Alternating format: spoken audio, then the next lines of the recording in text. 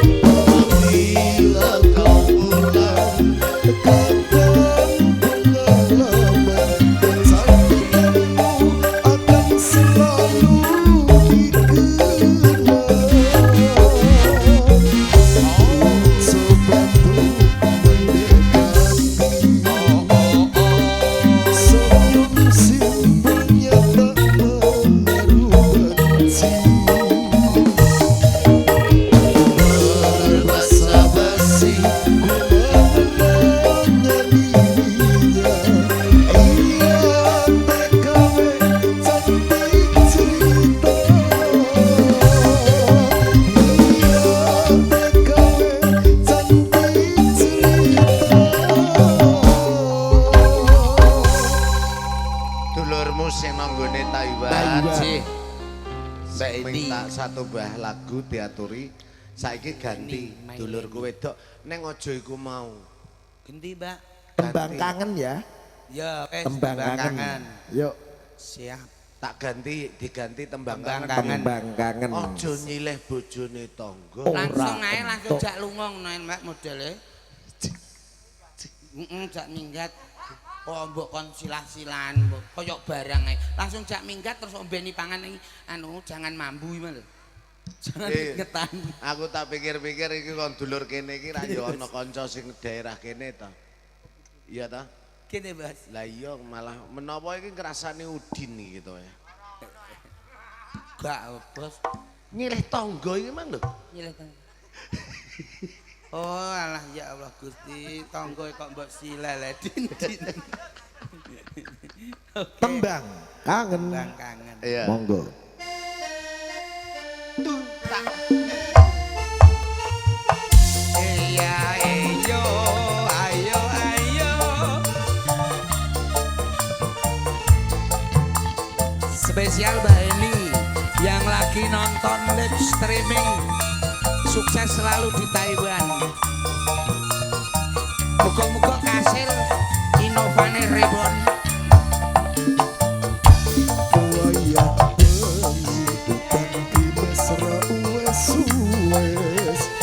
hanyukan tumetes dadi saksi nggonku nangis wong sing tak tresnani teka ninggalake aku suwung jroning uripku yen ora ono sliramu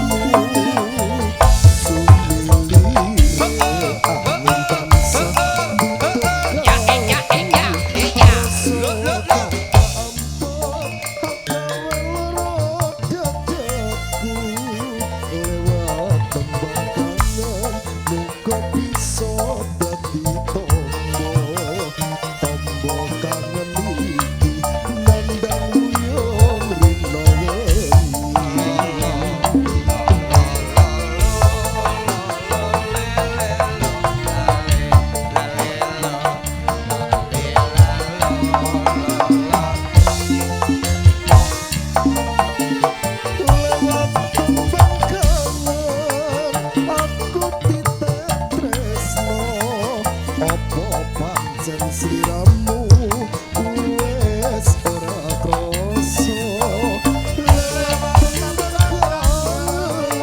aku tetep sayang tresnoku mreng sliramu ora bisa ilang opo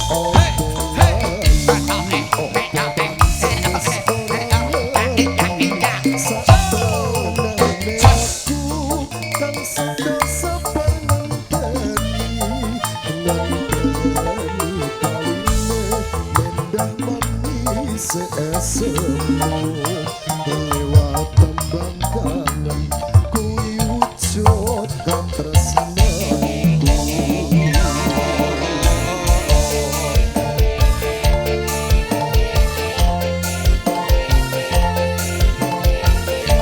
Sakra sakra sakra Allah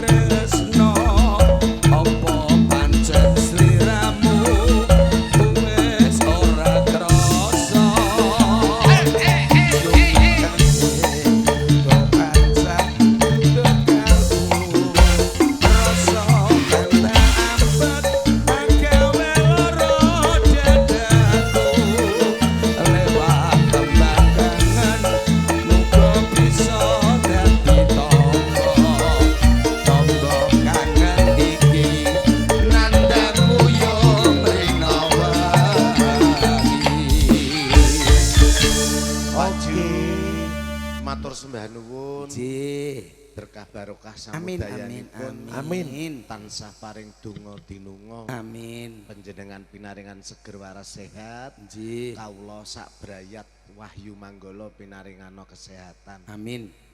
Ki nek kepengin ketemu meneh tanggal selawe 25 nggih. no mrene meneh Oh, tanggal 30 30 rene rene neh. Pokoke manggala iki kethoprake wong Galdawa. Nggih, pokoke matur sembah nuwun atas kepercayaanipun. Oke, enjing-enjing lumerek wonten logong menawi jenengan mboten badhe mirsani mboten lah.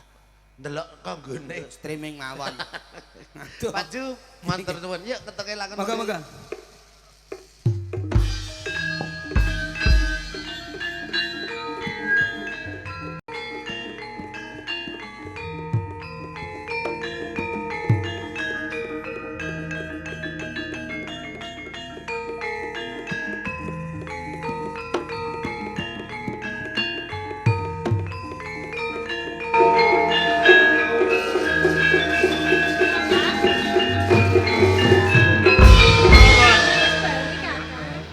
Pandungamu Piye Kakang Lembut? kaporo aku bisa ngrebut bendera Tunggul Wulu. Kowe iki wujude bandera Tunggul. Yo iki Yen ngono aku melu seneng Kakang. Nanging ngene yo Kakang Lembut to. kepiye Roro Anggit? Iki ana wigati sing bakal tak blangkake karo sampeyan. Ana perkara. Heeh. Lho kowe wae kelawan aku. Aku tresno karo sampeyan Kakang. Tresno sing kepiye? Aku kepengin dadi bojone sampeyan. Kok cubluk nalar? Kakang!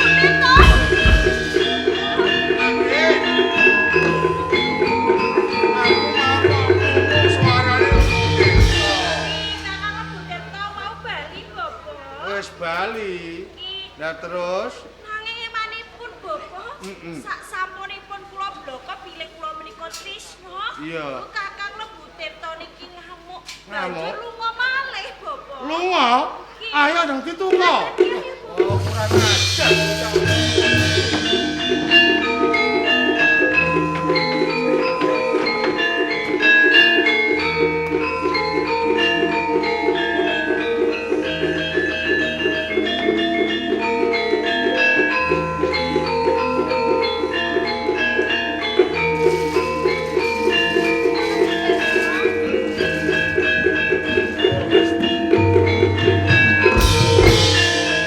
Ning kene aku mung kepengin nagih janji kelawan kuwi.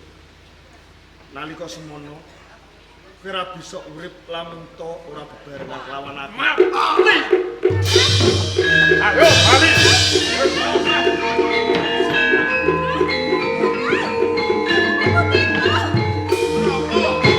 Kakang Lembut Tirta tatu gaman. Bapak. Nika Bapak. Tak tambanane mengko lamun to Lembut Tirta wis waras ngaku yen sing nambani kowe ya. Ngoten iki Bapak. Kakang,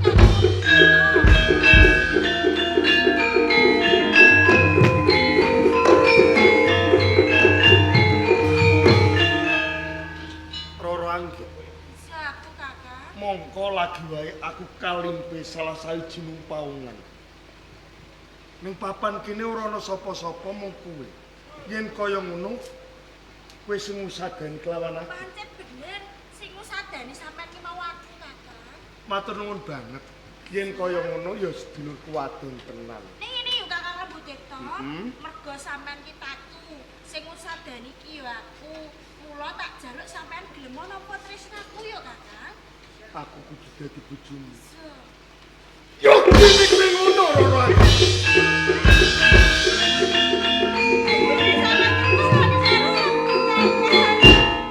Apa ora ana tetembungan liya?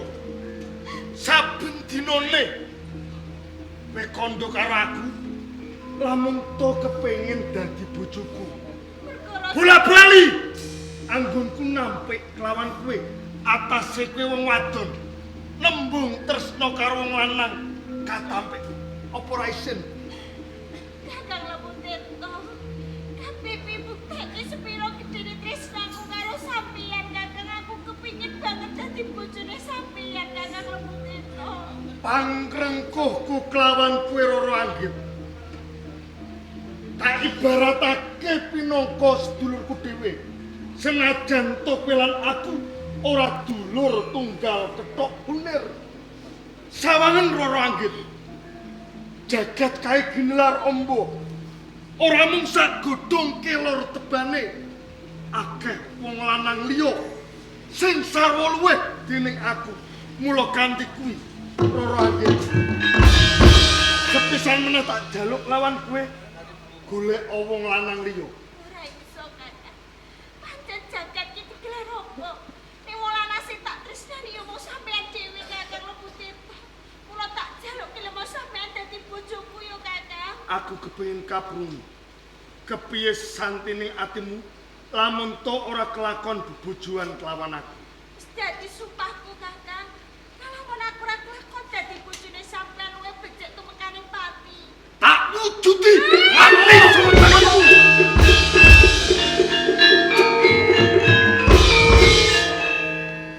Kok apik kelakuanmu saiki? Pangapunten ingkang kathah. Kok nganti kowe iki arep mateni karo Roro Anggit iki lupute apa? Sedaya kula wau Roro Anggit meksa dumateng batos kula ingkang supados kula bebojoan kalih Roro Anggit mongko Bapak. Ya. Kula niki mboten tresna. Ini Tirta, Nani nggih. yen to bab perkara kuwi kowe aja nganti ngluputake karo Anggit. Ning saktenane kabeh kuwi mau sing kepengin njodhokne kowe karo Anggit iki aku. Kanthi dasarmu napa, Bapak? Merga ora ketang kepiye wae aku iki potangan budi karo Anggit. Nalika semono kok upama ora ana Roro Anggit, kowe wis ora bakal bisa nyawang bapak. Bapak wis tumekaning pati. Mula kanthi kuwi kanggo sesulih iki Anggit bakal tak jodhokke karo kowe, Tirta ngono. Sedaya kala wau magepokan dumateng gesang kula. Menawi kula kelampahan dedaupan kalih Roro Anggit. Ya. Boten kanthi dasar tresna. Lajeng pedhot wonten satengahipun margi kados pundi, Bapak? Dadi mo tak jodhokke karo Roro Anggit mo. Pangapunten ingkang kathah kula Ya, mboten saged anglampahan. ya, ora apa-apa. Lamun to kowe tak jodhokke karo Roro Anggit kok ora gelem, ya padha wae ya. Rungokke tembuku sing pungkasan ya Tirta.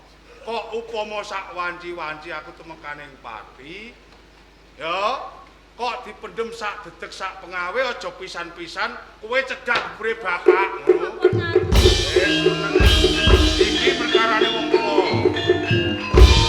Kari kowe gelem nuruti apa sing dadi karepe bapak apa ora? Nggih kula niki nggih mawas menawi mboten wonten sampean tartamtu mboten wonten kula. Lah iya. Redining sampean pinangka jimat pepunden kula. Tiyang ingkang saged ngukir jiwa raga kula. Kula nggih sagah menawi dedaupan kalih Roro Anggit. Ora karana kapeksa, Den nuruti apa sing dadi karepe bapak. leres. Ora kaya ngono, dirabekno enak kok iso ora gelem iki ngene. Wis kono. Ngene Tirta, Kados pundi, Bapak? merga kowe iki wong lanang. Jeneng wong lanang kudu bisa nyukupi apa sing dadi kebutuhane keluarga ya. Mula kanthi kuwi tak jaluk kowe golek gawean. Golek ana bandera tunggul wulung, lamun to wis ketemu pasrahke ing tangane Raden Wijaya. Mbok menawa kanthi dalan kuwi mau, besok kowe bisa nempil kamukten. Terwaca sedaya pangandika sampean mila kanthi menika Bapak nyuwun pamit tambahing pangestu. Ana pamit karo calon bojomu. Roro Anggit, Piye Kakang Lebutirta? aku njaluk pamit. Lamun to gaweanku wis rampung, aku bakal bali lamar kelawan kowe wong ayu. Ngati-ati ya, Kakang. Ya ampun, disawang to Bapak. Kula niki ajeng nyuwun pamit. Lah ya pengen ra ndak? Nggih. Mawon, Bapak. Niki yang nom lho Bapak. Iya, iya. Sampean iki mun sepuh. Heeh. Menawi sampean kepengin kados pundi? Ora wis karek nggawa tok iki. Seger. Ngati-ati ya, Kakang. Seger. Lah iya, Dek. Kaya tidak nang. Balik.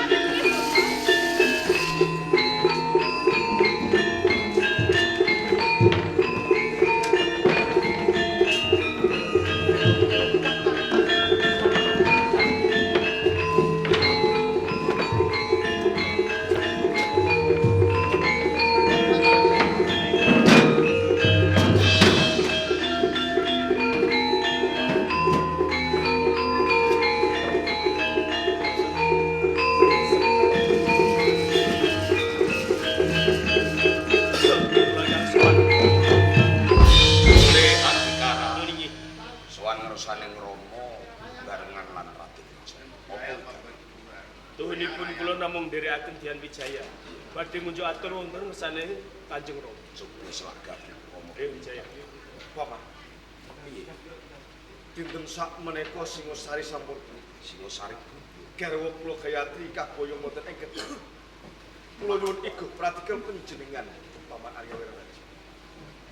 Dadi wektu dina iki Singosari wis buntu malah kaporo bojomu Gayatri dadi sengkerani Jaya Kapur. Kados mekaten. Njur makepuan marang Rama apa? Kok nganti kowe njaluk sabiyantu lan Rama? Kula nyuwun igeh pratikilipun Kanjeng Rama. Kados pundi marginipun kula lan laskar-laskar Singosari saged mangsulaken kajayan wonten ing Singosari malih. Oleh adegan. Lho nggih. Umpama Rama mopo.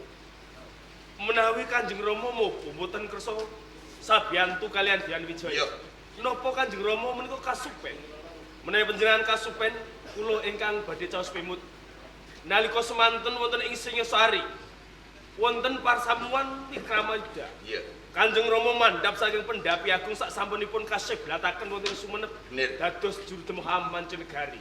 Wonten ngersane Dian Wijaya panjenengan nate sumpah menawi benjang Singasari kepencok kewuh panjenengan boten badhe mbondo asta. Kanyatan wedal menika Singosari buku. Ancasipun Wijaya sowan wonten ngersane Kanjeng Rama badhe nyuwun sabiyantunipun Kanjeng Rama supados mangsulaken kajayan wonten ing Singasari. Nanging semunipun Kanjeng Rama awel. Lajeng badhe nyuwun sabiyantu sinten malih menawi Kanjeng Rama menika mboten kersa sabiyantu. Ora dikarang. Lho nggih. Jeneng sira wis mojake kelawan Rama. Yo, Rama isih kelingan nduk nalika semono. Satenaning lara atinipun Rama. Rama diseblatke ana ing Sumenep mung trima dadi Hadipati ing Sumenep. Menawi Kanjeng Rama kemutan perkawis menika. Tuhunipun perkawis menika sanes perkawisipun Dian Wijaya. Kene bakal sabiyantu lan jeneng. Matur sembah suwun. Kene ana iku lan pratikel. Ana cara dimen kuwi bisa mbalikake kajayan ing Singosari. Lajeng marginipun kados pundi? Gelemo Raden Wijaya sowan ing Kediri. Pangapuntenipun Piye to? wedal menika Dian Wijaya lan laskar-laskar Singosari Iya. dados ulun-ulunipun prajurit gelang-gelang Kediri. Menawi Dian Wijaya sowan wonten ing kersane Jaya Katwang, Iya. sami kemawon menika lumebet wonten ing sak kandhengipun macan. Lantip. Ora kok teges Rama iki njlomprongke marang Raden Wijaya ngono ora. Lajeng kersanipun Nanging iki mung srana. Kalamunta gelem Raden Wijaya sowan ngersaning pamaning Jaya Katwang. Ning kene ora kaijenan, bakal tak kanthi nawuh. menawi ngaten nggih kula Yen namung pancen kaya ngono rantinen sawetara.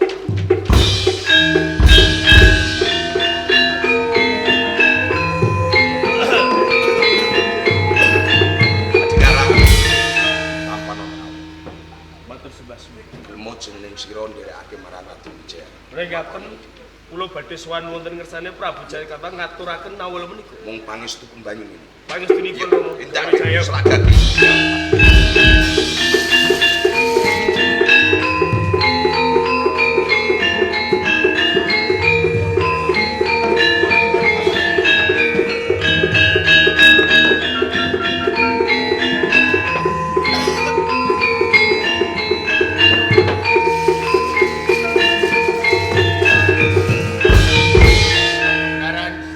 Nun kula sinuwun Prabu Jaya. Arep serbiatur apa sih? Bandira Tunggululung sak menika sampun wangsul wonten Praja Kediri. Banjur sapa kang bisa mbalekake bandira Tunggul-Wulung? Anak kula Warakesti.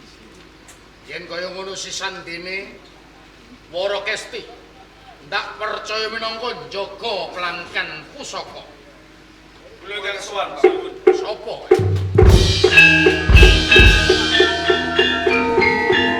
Lawe Pelu Wijaya. Kaya.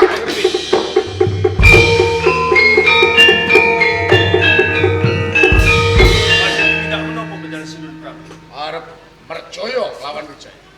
Sakdereng kelampah panjenengan badhe merjaya Dian Wijaya. Ngantos kula nganti Wijaya sowan wonten ngersa panjenengan tuhunipun wonten bab ingkang badhe kula unjukaken ngersa jane. Arep berpiatur apa? Tuhunipun kula kautus kalian Kanjeng Rama Arya Wiraraja. Kaburih sowan wonten ing ngersa panjenengan wigatosipun namung badhe caos nawala. Coba aturke.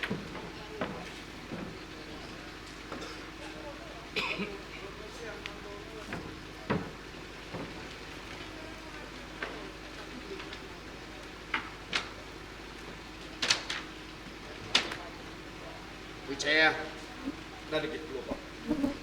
selamat nyawamu. Mergo nawala keng kasrat.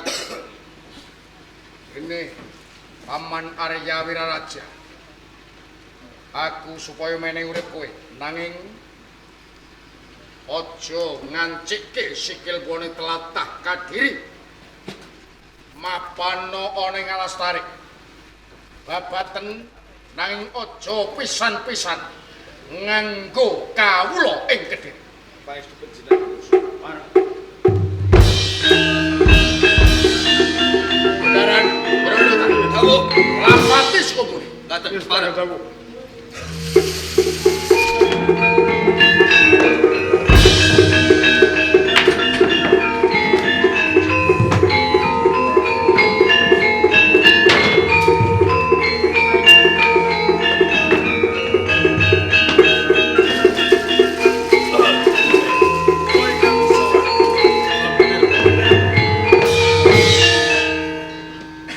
Apa wis kelakon? Mboyonge bandara Tunggul. Sampun kelampahan menika wujudipun bendera Tunggul-Wulung. Kaya ngono lho. Kula diaturke. Monggo. Aku matur nuwun banget. Ewondene sila wis sabiyantu lawan aku. In kaya ngono. Lembut tau Kakang. Ayo di Bapak. Ayo di Bapak.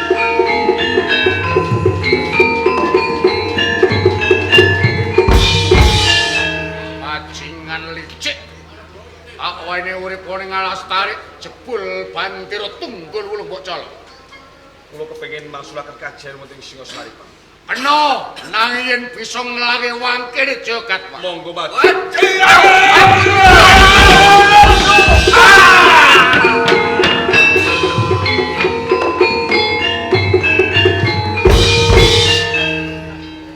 Yen Wijaya. Kakang Lawu. Sahrene wedal menika prajurit Sumenep lan ugi Laskar Singasari sampun gembleng dadi siji. Alastari prayogine enggal-enggal kababar. Monggo. Ayo